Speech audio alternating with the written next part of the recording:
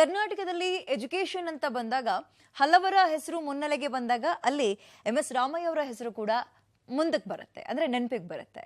ಅವರ ಇಚ್ಛೆ, ಅವರ ಆಸಕ್ತಿ ಇದ್ದಿದ್ದು ಎಲ್ಲ ಮಕ್ಕಳಿಗೂ ಕೂಡ ಶಿಕ್ಷಣ ಕೊಡುವಂತಹ ನಿಟ್ಟಿನಲ್ಲಿ ಅವರು ಕಾಲವಾದ ನಂತರ ಅವರ ಪುತ್ರ MR ಆನಂದರಾಮ್ ಅವರು ಕೂಡ ಅದೇ ಹಾದಿಯಲ್ಲಿ ಸಾಕ್ತಾರೆ.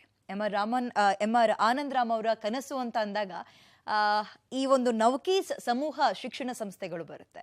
ಇವತ್ತು ನಾವು ನವಕೀಸ್ ಬಗ್ಗೆನೇ ಮಾತನಾಡ್ತಾ ಹೋಗೋಣ, ಈ ಸಮೂಹ ಶಿಕ್ಷಣಗಳ ಬಗ್ಗೆ. ಅದರಲ್ಲೂ ಪ್ರಮುಖವಾಗಿ ಗ್ರಾಮೀಣ ಭಾಗದಲ್ಲಿ ಈ ಎಂಜಿನಿಯರಿಂಗ್ ಕಾಲೇಜು ಅಂತ ಬಂದಾಗ ಬಹಳಷ್ಟು ಕಷ್ಟ. ಕಾಲೇಜ್ಗಳು ಸಿಗ್ಬೋದು, ಬಟ್ ಈ ಒಂದು ಉತ್ತಮವಾದ ಗುಣಮಟ್ಟದ ಶಿಕ್ಷಣ ಸಿಗಬೇಕು, ಪ್ಲೇಸ್ಮೆಂಟ್ ಆಗಬೇಕಾದ್ರೆ ಸ್ವಲ್ಪ ಹಿಂದೆ ಮುಂದೆ ನೋಡ್ತಾರೆ ಗ್ರಾಮೀಣ ಭಾಗದ ಮಕ್ಕಳು. ಅವರೆಲ್ಲರಿಗೂ ಕೂಡ ಅನುಕೂಲ ಆಗಲಿ ಅಂತ ನವಕೀಸ್ನ ಈ ಒಂದು ಸಮೂಹ ಸಂಸ್ಥೆಗಳಲ್ಲಿ ಹಾಸನದಲ್ಲಿ ನಾವು ಎಂಜಿನಿಯರಿಂಗ್ ಕಾಲೇಜನ್ನು ಕೂಡ ನೋಡ್ಬೋದು. ನಾವು ಪ್ರತಿ ವರ್ಷ ಒಮ್ಮೆ ಇವ್ರನ್ನ ಸ್ಟುಡಿಯೋ ಕರೆಸ್ತಲೇ ಇರ್ತೀವಿ. ಹಾಸನದಿಂದ ದೂರದಿಂದ ಬರ್ತಾರೆ ಬೆಂಗಳೂರಿನ ಸ್ಟುಡಿಯೋಗೆ. ಈ ಸಲವೂ ಕೂಡ ಕರೆಸಿದ್ದೀವಿ. ಗೆಸ್ಟ್ಗಳಿದ್ದಾರೆ, ಮಾತನಾಡಿಸ್ತಾ ಹೋಗೋಣ. ನಮ್ಮ ಜೊತೆ ಇವತ್ತು ಹಾಸನದ ನವಕೀಸ್ ಕಾಲೇಜ್ ಆಫ್ ಎಂಜಿನಿಯರಿಂಗ್ನ ಪ್ರಿನ್ಸಿಪಲ್ ಡಾಕ್ಟರ್ HS ಮೋಹನ್ ಅವರಿದ್ದಾರೆ. ಸರ್ ನಮಸ್ತೆ. ನಮಸ್ಕಾರ. ಹೇಗಿದ್ದೀರಿ ಸರ್? ಚೆನ್ನಾಗಿದ್ದೀನಮ್ಮ. ಓಕೆ. ಏನು ನವಕೀಸ್ ಕಾಲೇಜ್ ಆಫ್ ಎಂಜಿನಿಯರಿಂಗ್ ಕಾಲೇಜ್ನ vice principal doctor ANM Maina ಕೂಡ ನಮ್ಮ ಜೊತೆ ಇದ್ದಾರೆ. ಅವ್ರನ್ನೂ ವೆಲ್ಕಮ್ ಮಾಡ್ಕೊಳ್ಳೋಣ. ಮೇಡಮ್, ನಿಮಗೂ ಕೂಡ ಕಾರ್ಯಕ್ರಮಕ್ಕೆ ಸ್ವಾಗತ. ಸರ್, ಆರಂಭದಲ್ಲಿ ನಾನು ಹೇಳಿದಾಗೆ ಈ ಒಂದು ನವಕೀಸ್ ಬಗ್ಗೆ ನಿಮ್ಮ ಒಂದೆರಡು ಮಾತುಗಳನ್ನು ಹೇಳೋದಾದ್ರೆ ನೀವೇ ಹೇಳಿದಾಗೆ ಗ್ರಾಮೀಣ ಪ್ರದೇಶದಲ್ಲಿ ಇಂಜಿನಿಯರಿಂಗ್ ಕಾಲೇಜ್ ನಡೆಸೋದು ಕಷ್ಟ, ಅಥವಾ ಒಳ್ಳೆ ಕಾಲೇಜನ್ನು, ಉತ್ತಮವಾದ ಕಾಲೇಜನ್ನ ಕೊಡಬೇಕು ಅನ್ನೋ ಉದ್ದೇಶದಿಂದ ಆನಂದರಾಮ್ ಅವರು, ಶ್ರೀಯುತ ಆನಂದರಾಮ್ ಅವರು ಶುರು ಮಾಡಿದ್ದಾರೆ. ಅದಕ್ಕೆ ನಾವೆಲ್ಲ ಕೈಗೂಡಿಸಿ ವಿಶಿಷ್ಟವಾಗಿ ಈ ಕಾಲೇಜು ಮುಂದೆ ಬರ್ತಾ ಇದೆ. ಆ ಭಾಗದ ಜನರಿಗೆ, ವಿದ್ಯಾರ್ಥಿಗಳಿಗೆ ಒಳ್ಳೆ ಉತ್ತಮವಾದ ಒಂದು ಕಾಲೇಜನ್ನು ಕೊಟ್ಟಿದೆ ಅಂತ ನನ್ನ ನಂಬಿಕೆ. ಓಕೆ ಮೇಡಮ್, ಈಗ ಈ ಒಂದು ಎಂಜಿನಿಯರಿಂಗ್ ಕಾಲೇಜ್ ಅಂತ ಬಂದಾಗ ಬೆಂಗಳೂರಂತಹ ನಗರ ಪ್ರದೇಶದಲ್ಲಿ ನಾವು ಒಂದೊಂದು ಏರಿಯಾಗೂ ಕೂಡ ಕಾಲೇಜ್ಗಳನ್ನ ನೋಡ್ಬೋದು. ಬಟ್ ಗ್ರಾಮೀಣ ಪ್ರದೇಶದಲ್ಲಿ ಸ್ವಲ್ಪ ಕಷ್ಟ, ಅದನ್ನ ನಡೆಸೋದು ಕೂಡ ಕಷ್ಟ, ಮಕ್ಕಳನ್ನ ಅಲ್ಲಿಗೆ ಕರೆದುಕೊಂಡು ಬಂದು ನಮ್ಮಲ್ಲಿರೋ ಸೌಲಭ್ಯಗಳು ಹೀಗಿದೆ ಅಂತ ಹೇಳೋದು ಕೂಡ ಕಷ್ಟ. ಹೇಗಿರುವಾಗ ಹಾಸನದಲ್ಲಿ ನೀವು ಈ ಒಂದು ಕಾಲೇಜನ್ನು ನಡೆಸ್ತಾ ಇದ್ದೀರಿ, ಇದ್ರ ಬಗ್ಗೆ ತಮ್ಮ ಎಕ್ಸ್ಪೀರಿಯನ್ಸ್ ಅನ್ನ ಹಂಚ್ಕೊಳ್ಳೋದಾದ್ರೆ? ಇದು ಹಾಸನಲ್ಲಿ ಗ್ರಾಮೀಣ ಭಾಗದಲ್ಲಿ ಇದ್ರೂ ಕೂಡ ನಮ್ಮ ಕಾಲೇಜಲ್ಲಿರೋ ಫೆಸಿಲಿಟೀಸ್ ಯಾವ ನಗರ ಪ್ರದೇಶಕ್ಕೂ ಕಡಿಮೆ ಇಲ್ಲ. ನಮ್ಮಲ್ಲಿರೋ ಫ್ಯಾಕಲ್ಟಿ ಕೂಡ ಎಲ್ಲ ಬೇರೆ ಒಳ್ಳೊಳ್ಳೆ ನಗರಗಳಲ್ಲಿರೋಂಥ ಕಾಲೇಜ್ಗಳಲ್ಲೇ ವರ್ಕ್ ಮಾಡಿ ಎಕ್ಸ್ಪೀರಿಯನ್ಸ್ ಇದ್ದು ಬಂದಿರೋ ಅಂಥವ್ರು. ಸೊ ನಮ್ಗೆ ಕಾಲೇಜಲ್ಲಿ ಎಲ್ಲಾ ಫೆಸಿಲಿಟೀಸ್ ಕೂಡ ಇದೆ. ಎಲ್ಲೂ ನಮಗೆ ಗ್ರಾಮೀಣ ಪ್ರದೇಶದಲ್ಲಿರೋ ಕಾಲೇಜ್ ಅಂತ ಅನ್ಸೋದೇ ಇಲ್ಲ. ಸೊ ವಾತಾವರಣನೂ ಹಾಗೆ ಇದೆ, ನಮ್ಮ ಟ್ರೈನಿಂಗ್ ಕೂಡ ಅದೇ ತರ ಇದೆ. ಓಕೆ, ನೀವು ಹೇಳ್ದಾಗೆ ಹಾಸನದಲ್ಲಿರುವಂತಹ ನಮ್ಮ ಕಾಲೇಜ್ ಕೂಡ ಯಾವುದೇ ನಗರ ಪ್ರದೇಶದ ಕಾಲೇಜ್ಗಳಿಗೆ ಕಡಿಮೆ ಇಲ್ಲ. ಹೀಗಿರುವಾಗ ಒಂದು ಕಾಲೇಜ್ನಲ್ಲಿ ಉತ್ತಮ ಗುಣಮಟ್ಟದ ಶಿಕ್ಷಣ ಸಿಗಬೇಕು ಅಂದ್ರೆ ಯಾವೆಲ್ಲ ಫೆಸಿಲಿಟೀಸ್ ಇರಬೇಕು ಸರ್, ಎಸ್ಪೆಷಲಿ ಈ ಒಂದು BE ಅಂತ ಬಂದಾಗ? ಇಂಜಿನಿಯರಿಂಗ್ ಶಿಕ್ಷಣ ಅಂತ ಬಂದಾಗ 5 ಪ್ರಮುಖ ಅಂಶಗಳು ಮುಂದಕ್ಕೆ ಬರುತ್ತೆ. ಅದರಲ್ಲಿ ಮೊದಲನೇದಾಗಿ ಫ್ಯಾಕಲ್ಟಿ, ಅಂದರೆ ಪ್ರೊಫೆಸರ್ಗಳು ಯಾವ ರೀತಿ ನಾವು ಸೆಲೆಕ್ಟ್ ಮಾಡ್ತೀವಿ, ಯಾವ ರೀತಿ ಜನಗಳನ್ನ ಆಯ್ಕೆ ಮಾಡ್ಕೊಂಡಿದ್ದೀವಿ, ಹಾಗೆ ಅಲ್ಲಿರೋ ಸ್ಟಾಫ್ ಇಂಪಾರ್ಟೆಂಟ್ ಆಗ್ತಾರೆ. ಅದು ಬಿಟ್ಟರೆ ಲ್ಯಾಬೊರೇಟರಿ ಆಗುತ್ತೆ, ಲೈಬ್ರರಿ ಆಗುತ್ತೆ. ಲೈಬ್ರರಿ ಇವತ್ತು state of the art library ಅಂತ ಹೇಳ್ತೀವಿ. ಉತ್ತಮ ಗುಣಮಟ್ಟದ ಲೈಬ್ರರಿಯನ್ನು ಕಾಲೇಜಲ್ಲಿ ಅಳವಡಿಸ್ಕೊಂಡಿದ್ದೇವೆ. ಯಾವುದೇ ಪ್ರತಿಷ್ಠಿತ ಕಾಲೇಜ್, ಇಂಜಿನಿಯರಿಂಗ್ ಕಾಲೇಜುಗಳಲ್ಲಿ ಏನು ಫೆಸಿಲಿಟಿ ಇದೆಯೋ ಅದು ನಮ್ಮಲ್ಲೂ ಇದೆ ಅಂತ ಹೇಳೋಕ್ಕೆ ಇಷ್ಟಪಡ್ತೇನೆ. ಹಾಗೆ ಲೈಬ್ರರಿ ಇನ್ನೊಂದು ಮುಖ್ಯವಾದ, ಗ್ರಂಥಾಲಯ ಅಂತ. ಗ್ರಂಥಾಲಯ ತುಂಬ ಮುಖ್ಯ ಆಗುತ್ತೆ. ಕಾಲೇಜಿಗೆ ಅಗತ್ಯವಾದ ಎಲ್ಲ ಪುಸ್ತಕಗಳನ್ನು ಕಾಲೇಜಲ್ಲಿ ಇಟ್ಟಿದ್ದೀವಿ ನಾವು. ನ್ಯಾಷನಲ್ ಡಿಜಿಟಲ್ ಲೈಬ್ರರಿ ಅಂತ ಇದೆ, ಅದರಲ್ಲಿ ಕೋಟ್ಯಾಂತರ ವಿಷಯ ಸಂಗ್ರಹಣೆ ಇದೆ. ಅದರಲ್ಲಿ ವಿಡಿಯೋ ಇರ್ಬೋದು, ಆಡಿಯೋ ಇರ್ಬೋದು, ಆಮೇಲೆ ಪುಸ್ತಕಗಳಿರ್ಬೋದು. ಡಿಜಿಟಲ್ ಫಾರಮ್ ಲೈಬ್ರರಿ ಒಂದು ಕೋಟಿಗೂ ಮಿಕ್ಕ ನಮಗೆ ಪ್ರಭಾವಿ ಲೇಖನಗಳು ಅಲ್ಲಿ ಸಿಗ್ತವೆ ಅಂತ ಹೇಳೋಕ್ಕೆ ಇಷ್ಟಪಡ್ತೇನೆ. ಇದು ಲೈಬ್ರರಿದಾದಮೇಲೆ ನಾವು ಇನ್ನೊಂದು ಮುಖ್ಯವಾದ ಅಂಶ ಅಂದರೆ ಕಾಲೇಜಲ್ಲಿ ವಿದ್ಯಾರ್ಥಿಗಳು, ಗುಣಮಟ್ಟದ ವಿದ್ಯಾರ್ಥಿಗಳು ಕಾಲೇಜಿಗೆ ಬಂದಾಗ ಒಳ್ಳೆ ಟೀಚಿಂಗ್ ಲರ್ನಿಂಗ್ ಪ್ರಾಸೆಸ್ ತುಂಬ ಚೆನ್ನಾಗಿ ನಡೆಯುತ್ತೆ. ಅದರಲ್ಲಿ ಗುಣಮಟ್ಟದ ವಿದ್ಯಾರ್ಥಿಗಳ ಭಾಗನೂ ತುಂಬ ಮುಖ್ಯ ಆಗುತ್ತೆ. ಹಾಗಾಗಿ ಗುಣಮಟ್ಟದ ವಿದ್ಯಾರ್ಥಿಗಳು ಬರ್ತಾ ಇರೋದ್ರಿಂದ ನಮಗೆ ಆ ಭಾಗದಲ್ಲೂ ನಾವು ಸ್ಯಾಟಿಸ್ಫೈ ಮಾಡಿದ್ದೀವಿ. ಕೊನೆಯದಾಗಿ ಹೇಳಬೇಕು ಅನ್ನೋದಾದ್ರೆ, ಅಲ್ಲಿ ಇಷ್ಟೆಲ್ಲ ಇದ್ರೂ ಒಳ್ಳೆ ಪರಿಸರವನ್ನು ನಾವು ಕೊಡಬೇಕು. ಅಕಾಡೆಮಿಕ್ ಆಂಬಿಯನ್ಸ್ ಅಂತ ಕರಿತೇವೆ. ಒಳ್ಳೆ ಅಕಾಡೆಮಿಕ್ ಆಂಬಿಯನ್ಸ್ ಇರಬೇಕು. ಅದು ಕಾಲೇಜು ಪರಿಸರ ತುಂಬ ಚೆನ್ನಾಗಿದೆ, ಹಸಿರಿಂದ ಕೂಡಿದೆ, ಹಾಗೂ ನಗರದಿಂದ ಹೊರವಲಯದಲ್ಲಿದೆ. ಹಾಗಾಗಿ ತುಂಬ ಪ್ರಶಾಂತವಾದ ವಾತಾವರಣ ಇದೆ. ಮಕ್ಕಳಿಗೆ ಓದೋಕ್ಕೆ ತುಂಬ ಅನುಕೂಲವಾದಂಥ ವಾತಾವರಣವನ್ನು ಅದು ಆ ಜಾಗನೇ ಕ್ರಿಯೇಟ್ ಮಾಡಿದೆ. ಅದರಲ್ಲಿ ಅದಕ್ಕೆ ಮುಖ್ಯವಾಗಿ ಅಲ್ಲಿರೋ ಬಿಲ್ಡಿಂಗ್ ಆಗಿರ್ಬೋದು, ಸಪೋರ್ಟಿಂಗ್ ಇನ್ಫ್ರಾಸ್ಟ್ರಕ್ಚರ್ ಆಗಿರ್ಬೋದು, ತುಂಬ ಚೆನ್ನಾಗಿ ಮಾಡಿರೋದ್ರಿಂದ ಒಳ್ಳೆ ಅಕಾಡೆಮಿಕ್ ಆಂಬಿಯನ್ಸ್ ಇದೆ ಅಂತ ಹೇಳಕ್ಕೆ ನಾನು ಇಷ್ಟಪಡ್ತೇನೆ. ಓಕೆ ಮೇಡಮ್, ಈಗ ಎಲ್ಲ ಕಾಲೇಜ್ಗಳಾಗಿರಲಿ ಅಥವಾ ಯೂನಿವರ್ಸಿಟಿಗಳಾಗಿರಲಿ, ಇನ್ಸ್ಟಿಟ್ಯೂಷನ್ಸ್ಗಳು ಅಂತ ಬಂದಾಗ ನಮ್ಮ ಕಾಲೇಜ್ ಬೇರೆ ಕಾಲೇಜ್ಗಿಂತ ವಿಭಿನ್ನವಾಗಿ ನಿಂತ್ಕೊಳ್ಬೇಕು, ಭಿನ್ನವಾಗಿರಬೇಕು ಅನ್ನೋ ಸಾಲಿನಲ್ಲಿ ಒಂದು ಸ್ಪೆಷಲ್ ಸಿಸ್ಟಮ್ಗಳನ್ನು ಅಳವಡಿಸ್ಕೊಂಡಿರ್ತಾರೆ. ನಮ್ಮ ಕಾಲೇಜ್ ಕೂಡ ವಿಭಿನ್ನವಾಗಿ ನಿಂತ್ಕೊಳ್ಬೇಕು, ನಮ್ಮ ಮಕ್ಕಳು ಕೂಡ ಅದೇ ರೀತಿಯಾಗಿ ವಿಭಿನ್ನವಾಗಿ ಯೋಚನೆ ಮಾಡಬೇಕು ಅಂತ. ಹಾಗಿದ್ದಾಗ ನಿಮ್ಮ ಕಾಲೇಜಿನ ಬಗ್ಗೆ ಏನಾದರೂ ಹೇಳ್ಬೋದಾ? ನಮ್ಮ ಕಾಲೇಜಲ್ಲಿ ನಾವು ಔಟ್ಕಮ್ ಬೇಸ್ಡ್ ಎಜುಕೇಷನ್ ಸಿಸ್ಟಮ್ ಅಂತ ಹೇಳಿ ಫಾಲೋ ಮಾಡ್ತಾ ಇದ್ದೀವಿ.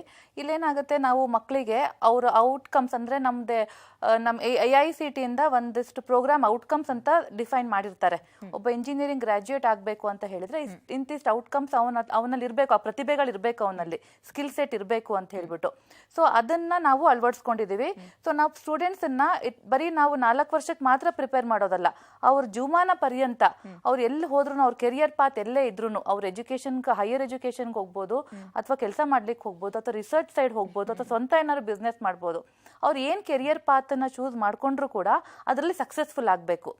ಆ ನಿಟ್ಟಲ್ಲಿ ನಾವು ಅವ್ರುಗಳನ್ನ ಪ್ರಿಪೇರ್ ಮಾಡ್ತಾ ಹೋಗ್ತೀವಿ. ಸೊ ಅದು ನಮ್ಮ ಕಾಲೇಜ್ನಲ್ಲಿ ವಿಭಿನ್ನವಾದ ಒಂದು ಅಡ್ವಾಂಟೇಜ್ ನಾವು ಕೊಟ್ಟಿರೋವಂಥದ್ದು. ಹಾಗೇನೆ ನಾವು ಬರೀ ಕರಿಕ್ಯುಲಮ್ ಅಷ್ಟೇ ಅಲ್ಲದೇನೆ other activities, skill set develop ಮಾಡ್ಲಿಕ್ಕೋಸ್ಕರ ನಮ್ದು ಎಕ್ಸ್ಟ್ರಾ ಸ್ಪೆಷಲೈಸ್ಡ್ ಲ್ಯಾಬ್ಸ್ಗಳಿದೆ. ನಮ್ದು IoT ಸ್ಕಿಲ್ ಲ್ಯಾಬ್ ಅಂತ ಇದೆ, ಆಮೇಲೆ design and innovation thinking lab ಅಂತ ಇದೆ. ಅದಲ್ಲದೆ ನಮ್ಮದು ಮೈಕ್ರೋಸಾಫ್ಟ್ ಒಟ್ಟಿಗೆ ನಮ್ಮದು MOU ಇದೆ. ಅವ್ರು ಅಲ್ಲಿಂದ ಟ್ರೈನರ್ಸ್ ಬಂದ್ಬಿಟ್ಟು ನಮ್ಮ ಸ್ಟೂಡೆಂಟ್ಸಿಗೆ ಸೈಬರ್ ಸೆಕ್ಯೂರಿಟಿ, ಆಮೇಲೆ ಕ್ಲೌಡ್ ಕಂಪ್ಯೂಟಿಂಗ್, ಈ ಥರದೊಂದು ಟೂಲ್ಸ್ಗಳ ಮೇಲೆ ಅವರಿಗೆ ಟ್ರೈನಿಂಗ್ ಮಾಡ್ತಾರೆ. ಸೊ ನಮ್ಮ ಸ್ಟೂಡೆಂಟ್ಸ್ ನಮಗೆ ಬರೀ ಅವ್ರು 4 ವರ್ಷ ಮುಗಿಸೋ ಹೊತ್ತಿಗೆ ಇಂಡಸ್ಟ್ರಿ ರೆಡಿ ಆಗಿರ್ತಾರೆ. ರೀಸೆಂಟ್ ಟೆಕ್ನಾಲಜೀಸ್ ಏನಿರುತ್ತೋ ಅದ್ರ ಮೇಲೆಲ್ಲ ಟ್ರೈನಿಂಗ್ಸ್ ನಾವು ಆಗಿಂದಾಗಲೇ ಅವ್ರಿಗೆ ಕೊಡ್ತಾ ಹೋಗ್ತಾ ಇರ್ತೀವಿ. ಇದು ನಮ್ಮದು ಕಾಲೇಜ್ದು ವೈಶಿಷ್ಟ್ಯ. ನಾನು ಭೂಮಿಕಾ TS. ನಾನು ಫಸ್ಟ್ ಇಯರ್ CSE ವಿದ್ಯಾರ್ಥಿನಿ. ನಮ್ಮ ಕಾಲೇಜು ನಮ್ಮ ಸಾಧನೆಯ ಮೆಟ್ಟಿಲೇರಲು ನಮ್ಮನ್ನು ಪರಿಪೂರ್ಣ ವ್ಯಕ್ತಿಗಳನ್ನಾಗಿ ಮಾಡುತ್ತದೆ ಮತ್ತು ನುರಿತ ಶಿಕ್ಷಕರಿಂದ ಉತ್ತಮ ಶಿಕ್ಷಣವನ್ನು ನೀಡಲಾಗುತ್ತದೆ ಮತ್ತು ಉತ್ತಮ ಶಿಕ್ಷಣಕ್ಕಾಗಿ ಆರಾಮದಾಯಕವಾದ ವಾತಾವರಣವಿದೆ. ಅದಷ್ಟೇ ಅಲ್ಲದೆ ಕ್ರೀಡೆ ಮತ್ತು ಸಾಂಸ್ಕೃತಿಕ ಸಮಾರಂಭಗಳಿಗೆ ಹೆಚ್ಚಿನ ಆದ್ಯತೆಯನ್ನು ನೀಡಲಾಗುತ್ತದೆ. ಸಿಟಿ ಅಂತ ಬಂದಾಗ ಈ ಪ್ರಶ್ನೆ ಅಗತ್ಯ ಇಲ್ಲ ಅನ್ಕೊಳ್ತೀನಿ. ಇದು ಗ್ರಾಮೀಣ ಭಾಗದಲ್ಲಿರೋದ್ರಿಂದ ಈ ಪ್ರಶ್ನೆ ರೇಸ್ ಮಾಡ್ತಾ ಇದ್ದೀನಿ ಸರ್. ಸಾಮಾನ್ಯವಾಗಿ ಈಗ BEಗೆ ಸೇರ್ಬೇಕಾದ್ರೆ ಗ್ರಾಮೀಣ ಭಾಗಗಳಲ್ಲಿ ಮಕ್ಕಳು ಎಷ್ಟೇ ಒಂದು ಬುದ್ಧಿವಂತರಾಗಿದ್ರು ಕೂಡ, ಚುರುಕಾಗಿದ್ರು ಕೂಡ, ಇಂಗ್ಲಿಷ್ ಅಂತ ಬಂದಾಗ ಸ್ವಲ್ಪ ಭಯ ಪಡ್ತಾರೆ. ಅದು ಇಂಜಿನಿಯರಿಂಗ್ ಕಾಲೇಜ್ ಅಂತ ಬಂದಾಗ ನಿಮಗೆ ಸ್ವಲ್ಪ ಟಾಸ್ಕ್ ಇರುತ್ತೆ ಅಂತಾನೆ ಭಾವಿಸ್ತೀನಿ ನಾನು. ಹೇಳಿ ನೀವು. ಹೌದು, ಈ ನಿಟ್ಟಿನಲ್ಲಿ ನಮ್ದು ಒಂದು ವಿಶೇಷವಾದ ಪ್ರಯತ್ನ ಇದೆ. ನಾವು 1ನೇ ಸೆಮಿಸ್ಟರಿಂದ 8ನೇ ಸೆಮಿಸ್ಟರ್ವರೆಗೆ ಒಂದು 2 ವಾರಕ್ಕೆ 2 ಗಂಟೆನ ಅದಕ್ಕೋಸ್ಕರ ಮೀಸಲಾಗಿಟ್ಟಿದ್ದೀವಿ. ಹಾಗೇನೆ ನಾವು ಒಂದು ಸಂಸ್ಥೆಯೊಂದಿಗೆ ಒಡಂಬಡಿಕೆ ಮಾಡ್ಕೊಂಡಿದ್ದೀವಿ. ಅವ್ರಿಗೆ ಕಮ್ಯುನಿಕೇಟಿವ್ ಇಂಗ್ಲೀಷ್ ಆಗಿರ್ಬೋದು, ಅದರ್ ಸಾಫ್ಟ್ ಸ್ಕಿಲ್ಸ್ ಆಗಿರ್ಬೋದು, ಅದನ್ನೆಲ್ಲ ಈ 8 ಸೆಮಿಸ್ಟ್ರಲ್ಲಿ ರೆಗ್ಯುಲರ್ ಆಗಿ ಕಂಟಿನ್ಯೂಸ್ ಆಗಿ ಕೊಡ್ತೀವಿ. ನಾರ್ಮಲ್ ಆಗಿ ಟ್ರೈನಿಂಗ್ ಅಂತಂದರೆ ಏನು ಮಾಡ್ತಾರೆ, ಪ್ಲೇಸ್ಮೆಂಟ್ ಟ್ರೈನಿಂಗ್ ಅಂದರೆ ಕೆಲವೇ ದಿವಸಗಳಲ್ಲಿ ಕೊಟ್ಬಿಟ್ಟು ಅದನ್ನು ಪ್ಲೇಸ್ಮೆಂಟ್ ಹತ್ತಿರ ಬಂದಾಗ ಮಾಡಿ ಮುಗಿಸುವಂಥದ್ದು. ನಾವು ಹಾಗಾಗಿ ಇಟ್ಟಿಲ್ಲ, ಕಂಟಿನ್ಯೂಸ್ ಪ್ರಾಸೆಸ್ ಆಗಿ ಇಟ್ಟಿದ್ದೀವಿ. ಅದು 1ನೇ ಸೆಮಿಸ್ಟ್ರಿಂದ ಶುರುವಾದರೆ 8ನೇ ಸೆಮಿಸ್ಟರ್ವರೆಗೆ ಅದಕ್ಕೆ ವಿಸ್ತೃತವಾದ ಸಿಲೆಬಸ್ ಇದೆ. ಆ ಸಿಲೆಬಸ್ ಪ್ರಕಾರ ಅದನ್ನು ಮಾಡ್ಕೊಂಡು ಹೋಗ್ತಾರೆ. ಹಾಗಾಗಿ ವಿದ್ಯಾರ್ಥಿಗಳಿಗೆ, ಗ್ರಾಮೀಣ ಭಾಗದ ವಿದ್ಯಾರ್ಥಿಗಳಿಗೆ ಏನು ನಾವು ಸಾಫ್ಟ್ ಸ್ಕಿಲ್ಸ್ ಇಲ್ಲ, ಕಮ್ಯುನಿಕೇಟಿವ್ ಇಂಗ್ಲೀಷ್ ಇಲ್ಲ ಅಂತ ನಾವು ಏನು ಹೇಳ್ತೀವಿ, ಅದು ಅದರ ಬೆಳವಣಿಗೆ ಪ್ರಾರಂಭದಿಂದಲೇ ಶುರುವಾಗುತ್ತೆ. ಅವರು 6ನೇ ಸೆಮಿಸ್ಟ್ರು ಅಥವಾ 7ನೇ ಸೆಮಿಸ್ಟ್ರಿಗೆ ಬರೋ ಹೊತ್ತಿಗೆ ಅವರಿಗೆ ಪೂರ್ಣ ಕರಗತ ಮಾಡ್ಕೊಂಡಿರ್ತಾರೆ. ಹಾಗಾಗಿ ಯಾವುದೇ ನಗರ ಭಾಗದ ವಿದ್ಯಾರ್ಥಿಗಳ ಜೊತೆ ಅವರು ಕಾಂಪೀಟ್ ಮಾಡಿ ಅವ್ರ ಕೆಲಸ ತಗೊಳ್ಳೋದ್ರಲ್ಲಿ ಸಕ್ಸಸ್ಫುಲ್ ಆಗಿ ಆಗ್ತಾರೆ ಅಂತ ನಾನು ಹೇಳಕ್ಕೆ ಇಷ್ಟಪಡ್ತೇನೆ. ಹಾಗೆ ಆ ಪ್ರಯತ್ನ ನಮ್ಮದು ಜಾರಿಯಲ್ಲಿದೆ. ಹಾಗಾಗಿ ಉತ್ತಮ ಗುಣಮಟ್ಟದ ಟ್ರೈನಿಂಗ್ ಕೂಡ ನಾವು ವ್ಯವಸ್ಥೆ ಮಾಡಿದ್ದೇವೆ ಅಂತ ಹೇಳ್ತೇನೆ. ಓಕೆ, ಏನು ವ್ಯತ್ಯಾಸ ಅನ್ಸುತ್ತೆ ಮೇಡಮ್ ಈ ಸಿಟಿಯಲ್ಲಿರುವಂತಹ ಕಾಲೇಜುಗಳಿಗೂ ಗ್ರಾಮೀಣ ಭಾಗದಲ್ಲಿರುವಂತಹ ಕಾಲೇಜುಗಳಿಗೂ ಮತ್ತು ಸ್ಟೂಡೆಂಟ್ಸ್ಗಳ ಒಂದು ಯೋಚನೆಗೂ ಕೂಡ? ಸಿಟಿಯಲ್ಲಿರೋ ಕಾಲೇಜಸ್ಗೆ ಏನಾಗುತ್ತೆ ಅಂದರೆ ಇಂಡಸ್ಟ್ರೀಸ್ ಹತ್ತಿರ ಇರುತ್ತೆ, ಸ್ಪೆಷಲಿ ಬೆಂಗಳೂರಿನಲ್ಲಿ. ಸೊ ಬೇರೆ ಸಿಟೀಸ್ ಬಗ್ಗೆ ನಾನು ಅಷ್ಟು ಹೇಳಲ್ಲ. ಸ್ಪೆಷಲಿ ಬೆಂಗಳೂರಿನಲ್ಲಿ ಏನಾಗುತ್ತೆ, ಇಂಡಸ್ಟ್ರಿಯವ್ರು ಹತ್ತಿರ ಇರೋದ್ರಿಂದ ಅವರಿಗೆ ಇಂಡಸ್ಟ್ರಿಯಲ್ ಟ್ರೈನಿಂಗ್ ಪ್ರೋಗ್ರಾಮ್ಸ್ ತುಂಬ ಹತ್ತಿರದಲ್ಲಿ ಇರ್ತಾರೆ, ಎಕ್ಸ್ಪರ್ಟ್ಸ್ ಬರ್ತಾರೆ. ಸೊ ಅವರಿಗೆ ಫಿಸಿಕಲ್ ಟ್ರೈನಿಂಗು ಜಾಸ್ತಿ ಇರುತ್ತೆ. ಪ್ಲಸ್ ಮಕ್ಕಳಿಗೂ ಸ್ವಲ್ಪ ಎಕ್ಸ್ಪೋಷರ್ ಜಾಸ್ತಿ ಇರುತ್ತೆ. ಅವ್ರು ಇಂಟರ್ನ್ಶಿಪ್ಸ್ ಮಾಡಲಿಕ್ಕೆ ಆಗ್ಬೋದು, ಅದಕ್ಕಾಗ ಇಂಡಸ್ಟ್ರಿಗಳಿಗೆ ಹೋಗ್ತಾರೆ ಮಕ್ಕಳು. ಅದು ಬಿಟ್ಟರೆ ಇನ್ನು ನಮ್ಮ ಹಾಸನ್ನದಂಥ ಸಿಟಿಯಲ್ಲಿ ಇಂಡಸ್ಟ್ರಿ ಎಕ್ಸ್ಪೋಷರ್ ಸ್ವಲ್ಪ ಕಡಿಮೆ ಇರುತ್ತೆ. ಬಟ್ ಅದಕ್ಕೆ ನಾವೇನು ಮಾಡ್ತೀವಿ, ಈಗೆಲ್ಲ ಆನ್ಲೈನ್ ವೆಬಿನಾರ್ಸ್ ಎಲ್ಲ ನಡೀತಾ ಇರುತ್ತೆ. ಸೊ ಆ ಥರ ಎಕ್ಸ್ಪರ್ಟ್ ಟಾಕ್ಸ್ನೆಲ್ಲ ಅರೇಂಜ್ ಮಾಡ್ತೀವಿ. ಮತ್ತು ಇಂಟರ್ನ್ಶಿಪ್ಗೆ ಕೂಡ ಕಳಿಸ್ತೀವಿ ಮಕ್ಕಳನ್ನ. ಇಂಟರ್ನ್ಶಿಪ್ನ ಅವರು ಇಂಡಸ್ಟ್ರೀಸಲ್ಲಿ ಮಾಡ್ಕೊಂಬರ್ತಾರೆ. ಆಮೇಲೆ ನಮಗೆ ಇನ್ನೊಂದು ಅಂದರೆ ನಮ್ಮ ಮ್ಯಾನೇಜ್ಮೆಂಟ್ ಕಡೆಯಿಂದ ತುಂಬ ಸಪೋರ್ಟ್ ಇದೆ ನಮಗೆ. ಸೊ ನಾವು ಬೋಧಕರು ನಾವು ಅವ್ರನ್ನ ಏನು ಕೇಳಿದ್ರು ಕೂಡ ನಮ್ಮ ಮಕ್ಳಿಗೆ ಈ ಥರದ ಟ್ರೈನಿಂಗ್ ಇಲ್ಲ ಅಂತ ಅವರು ಹೇಳೋಲ್ಲ. ಸೊ ಆ ಥರದ್ರಲ್ಲಿ ನಮಗೆ ಏನು ಮಕ್ಕಳನ್ನ ನಾವು ಬೆಂಗಳೂರು ಮಕ್ಳಿಗೆ ಕಡಿಮೆ ಇರಬಾರ್ದು ನಮ್ಮ ಮಕ್ಕಳು, ಆ ಥರ ನಮ್ಮದು ಟ್ರೈನಿಂಗ್ ಪ್ರೋಗ್ರಾಮ್ಸ್ ಅಥವಾ ನಮ್ಮ ಟೀಚಿಂಗ್ ಕೂಡ ಅದೇ ನಿಟ್ಟಲ್ಲಿರುತ್ತೆ. ಲ್ಯಾಬ್ ಫೆಸಿಲಿಟೀಸ್ ಇರ್ಬೋದು, ಪ್ರತಿಯೊಂದರಲ್ಲೂ ನಾವು ಸಿಟಿ ಮಕ್ಕಳಕ್ಕಿಂತ ನಮ್ಮ ಮಕ್ಕಳು ಯಾವ್ದ್ರಲ್ಲೂ ಕಡಿಮೆ ಇಲ್ಲ. ಈಗ ಹಾಸನದಲ್ಲಿರೋದ್ರಿಂದ ಹಾಸನದ ಸುತ್ತಮುತ್ತ ಸಕಲೇಶ್ಪುರ, ಚಿಕ್ಕಮಗಳೂರು ಈ ಕಡೆ ಭಾಗದಿಂದ ಮಾತ್ರ ಮಕ್ಕಳು ಬರ್ತಾರೆ ಅಥವಾ ಬೇರೆ ಸ್ಟೇಟ್ ಇಂದ ಬರುವಂತಹ ವ್ಯವಸ್ಥೆ ಏನಾದ್ರು ಇದೆಯಾ? ನಿಮ್ಮ ಮಕ್ಕಳು ಬಗ್ಗೆ ಹೇಳೋದಾದ್ರೆ ಸರ್? ಇಡೀ ರಾಜ್ಯದಿಂದ ಬರ್ತಾರೆ, ರಾಜ್ಯದ ಎಲ್ಲ ಕಡೆಯಿಂದ. ಸಾಮಾನ್ಯವಾಗಿ ಆ ರೀಜನ್ನಲ್ಲಿ ಸ್ವಲ್ಪ ಜಾಸ್ತಿ ಬರ್ತಾರೆ. ಅಷ್ಟು ಬಿಟ್ಟರೆ ಅವ್ರಿಗೆ ಬಂದರೆ ಉಳ್ಕೊಳ್ಳೋಕೆ ವ್ಯವಸ್ಥೆ ಆಗಲಿ, ಹಾಸ್ಟೆಲ್ ಆಗಲಿ, ವಿನೂತನವಾದ ಹಾಸ್ಟೆಲ್ಗಳನ್ನ ಕಟ್ಟಿದ್ದಾರೆ ಕಾಲೇಜ್ ಕ್ಯಾಂಪಸಲ್ಲಿ. ಗರ್ಲ್ಸ್ ಮತ್ತು ಬಾಯ್ಸಿಗೆ ಸಪ್ರೇಟ್ ಹಾಸ್ಟೆಲ್ ಇದೆ, ಅದಕ್ಕೆ ಸೆಕ್ಯೂರಿಟಿ ವ್ಯವಸ್ಥೆ ಇದೆ, ಊಟ ತಿಂಡಿ ವ್ಯವಸ್ಥೆ, ಹೈಜೀನು ಎಲ್ಲವನ್ನು ಮೇಂಟೈನ್ ಮಾಡುವಂಥ ಒಂದು ಒಳ್ಳೆ ಕ್ಯಾಂಟೀನ್ ಅಥವಾ ಇದ್ರ ಫೆಸಿಲಿಟಿಗಳಿದೆ, ಊಟ ತಿಂಡಿ ವ್ಯವಸ್ಥೆ ಇದೆ. ಆ ಥರದಲ್ಲಿ ಯಾವುದೇ ತೊಂದರೆ ಅವರಿಗೆ ಅಡಚಣೆ ಯಾವುದೇ ಇದು ಕೂಡ ಆಗಲ್ಲ. ಹಾಗೆ ಹೊರಭಾಗದಿಂದ ನಗರದಿಂದ ಬರೋರಿಗೆ ಟ್ರಾನ್ಸ್ಪೋರ್ಟೇಷನ್ ಫೆಸಿಲಿಟಿ ಇದೆ. ಹಾಗಾಗಿ ಎಲ್ಲ ನಗರದ ಎಲ್ಲ ಮುಖ್ಯ ಭಾಗಗಳಿಂದ, ಹಾಸನದ ಮುಖ್ಯ ಭಾಗದಿಂದ ಕಾಲೇಜಿಗೆ ಟ್ರಾನ್ಸ್ಪೋರ್ಟೇಷನ್ ವ್ಯವಸ್ಥೆ ಇದೆ, ಬಸ್ಸಸ್ ಇದೆ. ಹಾಗಾಗಿ ಯಾವುದೇ ತೊಂದರೆ ಅಡಚಣೆ ಹೊರಗಡೆ ಬಂದು ವಿದ್ಯಾರ್ಥಿಗಳು ಹಾಸ್ಟೆಲಲ್ಲಿ ಸ್ಟೇ ಮಾಡಿದರಾಗಲಿ, ಹೊರಗಡೆ ಹಾಸನ ನಗರದಲ್ಲಿ ಸ್ಟೇ ಮಾಡಿದರಾಗಲಿ ಅವ್ರಿಗೆ ಯಾವುದೇ ತೊಂದರೆ ಆಗದಲ್ಲೇ, ಸಮಸ್ಯೆ ಇಲ್ದಲೆ ಅವ್ರ ಕಾಲೇಜಿಗೆ ತಲುಪೋ ವ್ಯವಸ್ಥೆ ಇದೆ. ಹಾಗೆ ಅವ್ರನ್ನ ನಿಗಾ ನೋಡೋ ವ್ಯವಸ್ಥೆ ಕೂಡ ಇದೆ. ಓಕೆ, ಕಾಲೇಜಿಗೆ ಸೇರುವಂತಹ ಆರಂಭದಲ್ಲಿ ಪೋಷಕರಿಗಾಗ್ಲಿ ಸ್ಟೂಡೆಂಟ್ಸ್ಗಾಗ್ಲಿ ಇದೊಂದು 4 ವರ್ಷ ಮುಗಿಸ್ಬಿಡೋಣಪ್ಪ, ಈ 4 ವರ್ಷ ಮುಗಿಸೋದ್ರೊಳಗೆ ನಂಗೊಂದು ಕ್ಯಾಂಪಸ್ ಆಗ್ಬಿಟ್ರೆ ಸಾಕು, ನಾನು ಅಲ್ಲಿ ಓದಿದಕ್ಕೆ ಸಾರ್ಥಕ ಅನ್ನುವಂತಹ ಮನೋಭಾವವೇ ಹೆಚ್ಚು. ಹೀಗಿರುವಾಗ ನೀವು ಆರಂಭದಲ್ಲೇ ಹೇಳಿದಾಗೆ ಬೆಂಗಳೂರಿನಂತಹ ನಗರದಲ್ಲಿ ಕಾಲೇಜುಗಳಿಗೆ ಇಂಡಸ್ಟ್ರಿಗಳು ಬರುತ್ತವೆ, ಕ್ಯಾಂಪಸ್ ಸೆಲೆಕ್ಷನ್ ಮಾಡ್ಕೊಂಡು ಹೋಗ್ತಾರೆ. ದೂರದಲ್ಲಿದ್ದಾಗ ಹೇಗೆ ಮಕ್ಕಳಿಗೆ ಇದ್ರ ಬಗ್ಗೆ ಯಾವ ರೀತಿಯ ಪ್ರಾಮಿಸಿಂಗ್ ಮಾತುಗಳನ್ನ ಆಡ್ಬೋದು ನೀವು? ಇಲ್ಲ, ನಮ್ಮ ಕಾಲೇಜಲ್ಲೂ ಕೂಡ ಇಂಡಸ್ಟ್ರೀಸನ್ನ ನಾವು ಕರೆಸ್ತೀವಿ. ನಾವು ಪೇರೆಂಟ್ಸ್ಗೆ ಅದೇ ಹೇಳ್ತೀವಿ, ನಿಮ್ಮ ಮಕ್ಕಳಿಗೆ ನಾವು ಎಜುಕೇಷನ್ ಕೊಡ್ತೀವಿ, ಜೊತೆಗೆ ನಾವು ಪ್ರತಿಯೊಂದು ಪ್ಲೇಸ್ಮೆಂಟ್ ಆ್ಯಂಡ್ ಟ್ರೈನಿಂಗ್ ಅಂತ ಏನಿದೆ ನಾವು ಟ್ರೈನಿಂಗನ್ನು 100% ಅವ್ರಿಗೆ ಕೊಡ್ತೀವಿ. ಹಾಗೆ ಇಂಡಸ್ಟ್ರೀಸನ್ನ ಕರೆಸೋ ಜವಾಬ್ದಾರಿ ಕೂಡ ನಮ್ಮದು ಸರ್ ಹೇಳ್ದಂಗೆ ನಮ್ದು ಇಂಡಸ್ಟ್ರೀಸ್ ಜೊತೆ ನಮ್ದು MOUsಗಳಿದೆ. ಹಾಗೆ ನಮ್ಮ ಕಾಲೇಜಲ್ಲೇ ಕೂಡ ಕೆರಿಯರ್ ಗೈಡೆನ್ಸ್ ಎಲ್ಲ ಅಂತ ಒಂದಿದೆ. ನಾವು ಬರೀ ಪ್ಲೇಸ್ಮೆಂಟ್ಸ್ ಅಷ್ಟೇ ಅಲ್ಲ, ನಾನು ಮೊದಲೇ ಹೇಳಿದಾಗೆ ಮಕ್ಕಳು ಹೈಯರ್ ಎಜುಕೇಷನಿಗೆ ಹೋಗೋ ಮಕ್ಕಳು ಇರ್ತಾರೆ, ಇಲ್ಲ ಕಾಂಪಿಟೇಟಿವ್ ಎಕ್ಸಾಮ್ಸ್ ತಗೊಳ್ಳೋ ಅಂಥವ್ರು ಇರ್ತಾರೆ, ಆಮೇಲೆ ಸ್ವಂತ ಬಿಸ್ನೆಸ್ ಮಾಡೋ ಅಥವಾ ಸ್ವಂತ ಅವ್ರದ್ದೇ ಕಂಪನಿ ಮಾಡಬೇಕು ಅಂತ ಕನಸಿಟ್ಕೊಂಡಿರೋ ಎಷ್ಟೋ ಮಕ್ಕಳು ಇರ್ತಾರೆ. ಸೊ ಅವ್ರು ಎಲ್ಲರಿಗೂ ಗೈಡೆನ್ಸ್ ಕೊಡ್ಲಿಕ್ಕೋಸ್ಕರ ಕೆರಿಯರ್ ಗೈಡೆನ್ಸ್ ಸೆಲ್ ಅಂತ ಇರುತ್ತೆ. ಸೊ ಅದ್ರ ಮೂಲಕ ನಮ್ದು one of the part is placement and training department ಅದರಲ್ಲಿ. ಸೊ ಅವ್ರ ಪ್ಲೇಸ್ಮೆಂಟ್ ಆ್ಯಂಡ್ ಟ್ರೈನಿಂಗಲ್ಲಿ ಸಾಫ್ಟ್ ಸ್ಕಿಲ್ಸ್, ಆಪ್ಟಿಟ್ಯೂಡ್, ಟೆಕ್ನಿಕಲ್ ಪ್ರತಿಯೊಂದಕ್ಕೂ ನಾವು ಫಸ್ಟ್ ಸೆಮಿಸ್ಟ್ರಿಂದಾನೆ ಅವ್ರ ಡೇ 1 ನಮ್ದು ಟ್ರೈನಿಂಗ್ ಶುರುವಾಗುತ್ತೆ. 4 ವರ್ಷ ಕೂಡ ಅವರು ಅದೇ ಇದ್ರಲ್ಲಿ ನಿಟ್ಟಲ್ಲಿ ಟ್ರೈನಿಂಗ್ ಆಗ್ತಾ ಇರುತ್ತೆ ಅವ್ರಿಗೆ. ಇಂಡಸ್ಟ್ರೀಸ್ನ ನಾವು ಫೈನಲ್ ಇಯರ್ನಲ್ಲಿ ನಾವು ಕರೆಸ್ತೀವಿ, ಮಕ್ಕಳು ಅಟೆಂಡ್ ಮಾಡಿಬಿಟ್ಟು ಅವರು ಜಾಬ್ ತಗೋಬೇಕು. ಇದ್ರ ಬಗ್ಗೆ ಮತ್ತಷ್ಟು ಮಾತಾಡ್ತೀನಿ ಇಬ್ಬರ ಹತ್ರನೂ ಕೂಡ. ಒಂದು ಚಿಕ್ಕ ಬ್ರೇಕ್ ತಗೊಳ್ಳೋ ಟೈಮ್ ಆಗಿದೆ. ವೀಕ್ಷಕರೇ, ಇದೀಗ ನವಕೀಸ್ ಕಾಲೇಜ್ ಆಫ್ ಎಂಜಿನಿಯರಿಂಗ್ ಹಾಸನದಲ್ಲಿರುವಂತಹ ಈ ಕಾಲೇಜು ಬಗ್ಗೆ ಮಾತಾಡ್ತಾ ಇದ್ದೀವಿ.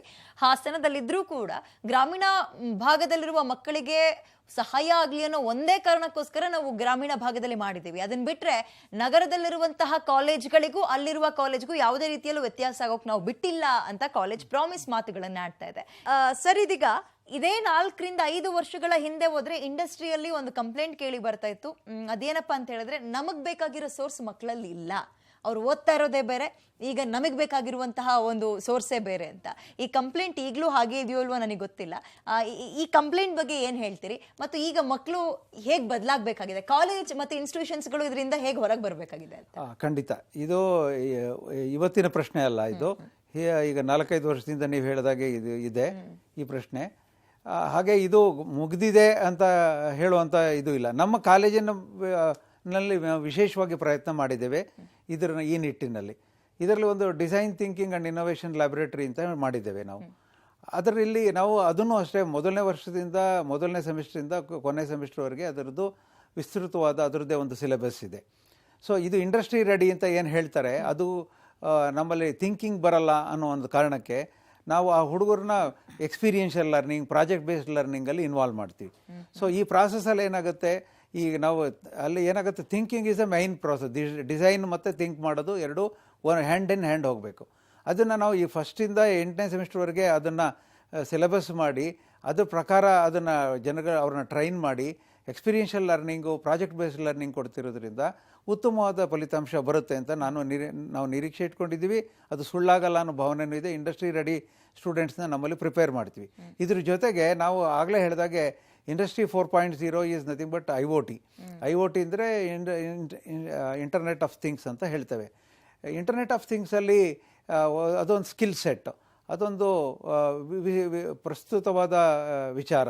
ಅದಕ್ಕೆ ನಾವು ಅದು ಟ್ರೈನಿಂಗ್ನ ನಾವು ಅದನ್ನು ಕೂಡ ಮೊದಲನೇ ಸೆಮಿಸ್ಟ್ರಿಂದ 8ನೇ ಸೆಮಿಸ್ಟ್ರ್ವರೆಗೆ ಅದನ್ನು ಪ್ಲ್ಯಾನ್ ಮಾಡಿದ್ದೀವಿ, ಅದ್ರ ಪ್ರಕಾರ ನಡೆಸ್ತಿದ್ವಿ. ಅದಕ್ಕೋಸ್ಕರ ವಿಶೇಷವಾದ ತಜ್ಞರನ್ನು ಕೂಡ ನಾವು ನೇಮಕ ಮಾಡ್ಕೊಂಡಿದ್ದೀವಿ. ಆ ನಿಟ್ಟಿನಲ್ಲಿ ಅದು ತುಂಬ ಚೆನ್ನಾಗಿ ನಡೀತಾ ಇದೆ. ಸ್ಕಿಲ್ ಸೆಟ್ ಕೂಡ ಇವೆರಡೂ ಕಾಂಟ್ರಿಬ್ಯೂಟ್ ಮಾಡಿ ನಮಗೆ ಇಂಡಸ್ಟ್ರಿ ರೆಡಿನೆಸ್ಸು ನಮ್ಮ ಹುಡುಗರು ಗ್ರಾಮೀಣ ಭಾಗದ ವಿದ್ಯಾರ್ಥಿಗಳಾದ್ರೂ ನಮ್ಮ ಕಾಲೇಜಲ್ಲಿ ನಾವು ಕೊಡ್ತೀವಿ ಅನ್ನೋ ಭರವಸೆ ನಮಗಿದೆ. ಅದು ಪ್ರಯತ್ನ ಜಾರಿಯಲ್ಲಿದೆ. ಅದು ತುಂಬ ಚೆನ್ನಾಗಿ ಫಲ ಕೊಡ್ತಾ ಇದೆ ಅಂತ ನಾನು ಹೇಳ್ಬಲ್ಲೆ. ಮೇಡಮ್, ಇನ್ನೊಂದು ನಾವು ಇಷ್ಟೊತ್ತು ಇಂಡಸ್ಟ್ರಿಯಲ್ಲಿ ಕೇಳ್ಬರೋ ಕಂಪ್ಲೇಂಟ್ ಏನು ಅಂತ ನೋಡಿದ್ವಿ.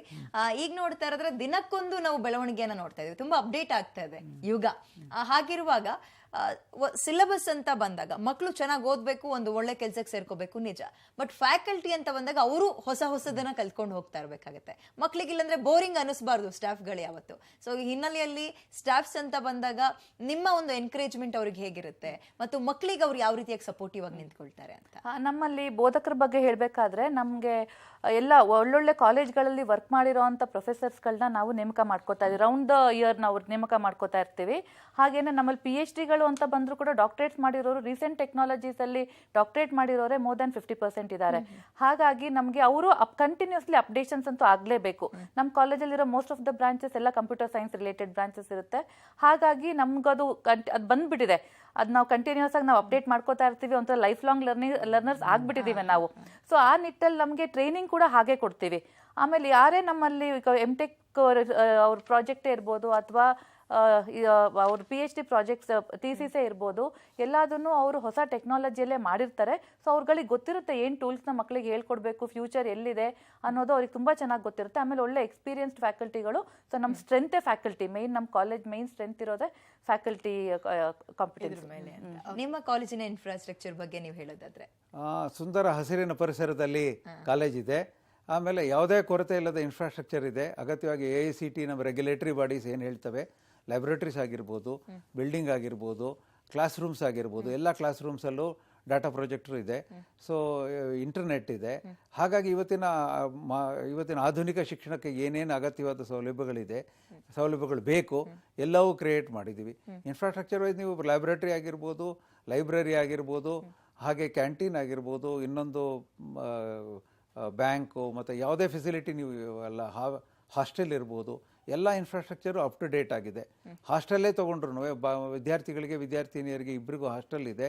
ಅದು ಇಬ್ಬರಿಗೊಂದು ಬಾತ್ರೂಮು ಅಂತ ಇವತ್ತಿನ ಮಾಡರ್ನ್ ಇದಕ್ಕೆ ಇವತ್ತು ಹೈಜೀನು ಮೇಂಟೈನ್ ಮಾಡುವಂಥ ಎಲ್ಲ ಅವಕಾಶಗಳು ಅಲ್ಲಿ ಅವ್ರಿಗೆ ಇದೆ. ಹಾಗಾಗಿ ಅವ್ರಿಗೆಲ್ಲ ಉತ್ತಮವಾದ ಫೆಸಿಲಿಟಿಗಳನ್ನ ಕ್ರಿಯೇಟ್ ಮಾಡಿದ್ದೇವೆ. ಹಾಯ್, ನಾನು ಚೇತನ್, ಸೆಕೆಂಡ್ ಇಯರ್ AINDS ವಿದ್ಯಾರ್ಥಿ. ಒಳ್ಳೆ ಎನ್ವಿರಾನ್ಮೆಂಟ್ ಇರೋ ಕಾಲೇಜು ಇದಾಗಿದೆ.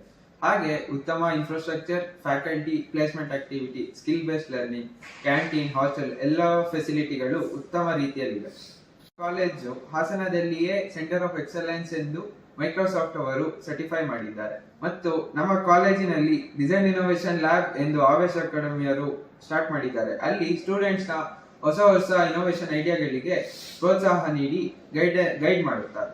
ನಮ್ಮ ರಾಜ್ಯದ ಹಲವು ಭಾಗದಿಂದ ಅಲ್ಲಿ ಗಂಡು ಮಕ್ಕಳಾಗ್ಲಿ ಹೆಣ್ಮಕ್ಳಾಗ್ಲಿ ಇಬ್ರು ಕೂಡ ಸ್ಟೂಡೆಂಟ್ಸ್ಗಳು ಬರ್ತಾರೆ. ಹೀಗಿರುವಾಗ ಹೆಣ್ಮಕ್ಳು ಅಂತ ಬಂದಾಗ ತಂದೆ ತಾಯಿಗಳಿಗೆ ಏನೇ ಧೈರ್ಯ ತುಂಬಿದ್ರು ಎಲ್ಲ ಒಂದ್ ಕಡೆ ಭಯ ಇರುತ್ತೆ, ಹಾಸ್ಟೆಲಲ್ಲಿ ಬಿಟ್ಟು ಹೆಣ್ಮಕ್ಳನ್ನ ಓದಿಸ್ಬೇಕಾದ್ರೆ. ಸೊ ಹಾಸ್ಟೆಲ್ ಫೆಸಿಲಿಟೀಸ್ ಬಗ್ಗೆ ಸ್ವಲ್ಪ ಬ್ರೀಫ್ ಆಗಿ ಹೇಳ್ತೀರಿ ಅಂದ್ರೆ? ನಮ್ಮಲ್ಲಿ ನಮ್ಮ ಕ್ಯಾಂಪಸ್ ಒಳಗೇನೆ ಹಾಸ್ಟೆಲ್ ಇದೆ. ಸೊ ಕಾಲೇಜ್ ಪಕ್ಕದಲ್ಲೇ ಹಾಸ್ಟೆಲ್ ಇದೆ. ಗರ್ಲ್ಸ್ಗೂ ಸಪ್ರೇಟ್ ಹಾಸ್ಟೆಲ್, ಬಾಯ್ಸಿಗೆ ಸಪ್ರೇಟ್ ಹಾಸ್ಟೆಲ್ ಇದೆ. ಮೆಸ್ ಫೆಸಿಲಿಟಿ ಇದೆ. ಆಮೇಲೆ ರೆಸಿಡೆನ್ಷಿಯಲ್ ವಾರ್ಡನ್ಸ್ ಇರ್ತಾರೆ. ಸೊ ಅವ್ರನ್ನ ಆಮೇಲೆ ನಮಗೆ ಮೇಯ್ನಲ್ಲಿ ಡಿಸಿಪ್ಲಿನ್ ಮೇಂಟೈನ್ ಮಾಡ್ತೀವಿ ನಾವು. ಸ್ಟೂಡೆಂಟ್ಸಿಗೆ ಪ್ರತಿಯೊಂದಕ್ಕೂ ಒಂದು ಟೈಮ್ ಲಿಮಿಟ್ ಅಂತ ಹಾಕಿರ್ತೀವಿ. ಒಂದು ಶೆಡ್ಯೂಲ್ ಇರುತ್ತೆ. ಅವ್ರ ಕಾಲೇಜ್ ಟೈಮಿಂಗ್ಸೇ ಇರ್ಬೋದು, ಅಥವಾ ಅವ್ರಿಗೆ ಆಟ ಆಡಲಿಕ್ಕೆ ಇರ್ಬೋದು, ಅಥವಾ ಅವರಿಗೆ ಓದೋದಕ್ಕೆ ಟೈಮಿಂಗ್ಸ್ ಇರ್ಬೋದು. ಪ್ರತಿಯೊಂದಕ್ಕೂ ಒಂದು ಟೈಮ್ ಶೆಡ್ಯೂಲ್ ಇರುತ್ತೆ. ಅದನ್ನೇ ಫಾಲೋ ಮಾಡ್ತಾರೆ ಮಕ್ಕಳು. ಆಮೇಲೆ ಸೆಕ್ಯೂರಿಟಿ ಅಂತ ಬಂದರೆ ವಾರ್ಡನ್ಸ್ ಇರ್ತಾರೆ. ಜೊತೆಗೆ ನಮ್ಮದು ಸೆಕ್ಯೂರಿಟಿ ಸಿಸ್ಟಮ್ ಕೂಡ ತುಂಬ ಸ್ಟ್ರಾಂಗ್ ಆಗಿದೆ. ಗನ್ಮ್ಯಾನ್ ಎಲ್ಲ ಇರ್ತಾರೆ. ಆಮೇಲೆ CCTVಗಳನ್ನ ಎಲ್ಲ ಕಡೆ ಅಳವಡಿಸಿದ್ದೀವಿ. ಸೊ ಸ್ಟೂಡೆಂಟ್ಸ್ ದಾರಿ ತಪ್ಪುವಂಥ ಅವಕಾಶಗಳು ಕಡಿಮೆ.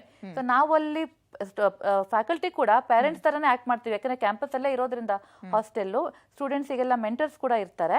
ಹಾಗಾಗಿ ನಮಗೆ ಒಂದು ನಮ್ಮ ಸ್ವಂತ ಮನೆಯಲ್ಲಿ ಮಕ್ಕಳನ್ನ ನೋಡ್ಕೊಳ್ಳೋ ಥರನೇ ಏನೇ ಪ್ರಾಬ್ಲಮ್ಸ್ ಇದ್ರೂ ಕೂಡ ತಕ್ಷಣ ಸ್ಟೂಡೆಂಟ್ಸ್ ನಮ್ಮ ಗಮನಕ್ಕೆ ತರ್ತಾರೆ. ನಾವು ಆದಷ್ಟು ಬೇಗ ಆ ಪ್ರಾಬ್ಲಮ್ಸ್ಗಳನ್ನ ಸಾಲ್ವ್ ಮಾಡ್ತೀವಿ. ಓಕೆ, ಹಾಸನದಲ್ಲಿರುವ ನವಕೀಸ್ ಇಂಜಿನಿಯರಿಂಗ್ ಕಾಲೇಜ್ ಅಂತ ಬಂದಾಗ ನಿಮ್ಮ ಕಾಲೇಜಿನ ಒಂದು ಸ್ಟ್ರೆಂತ್ ಏನು ಸರ್? ನಾನು ಈಗಾಗಲೇ ಹೇಳಿದ್ದೇನೆ, ನಮ್ಮ ಕಾಲೇಜಿನ ಮುಖ್ಯವಾದ ಸ್ಟ್ರೆಂತ್ ಅಂದರೆ ನಮ್ಮಲ್ಲಿರೋ ಪ್ರಾಧ್ಯಾಪಕರುಗಳು.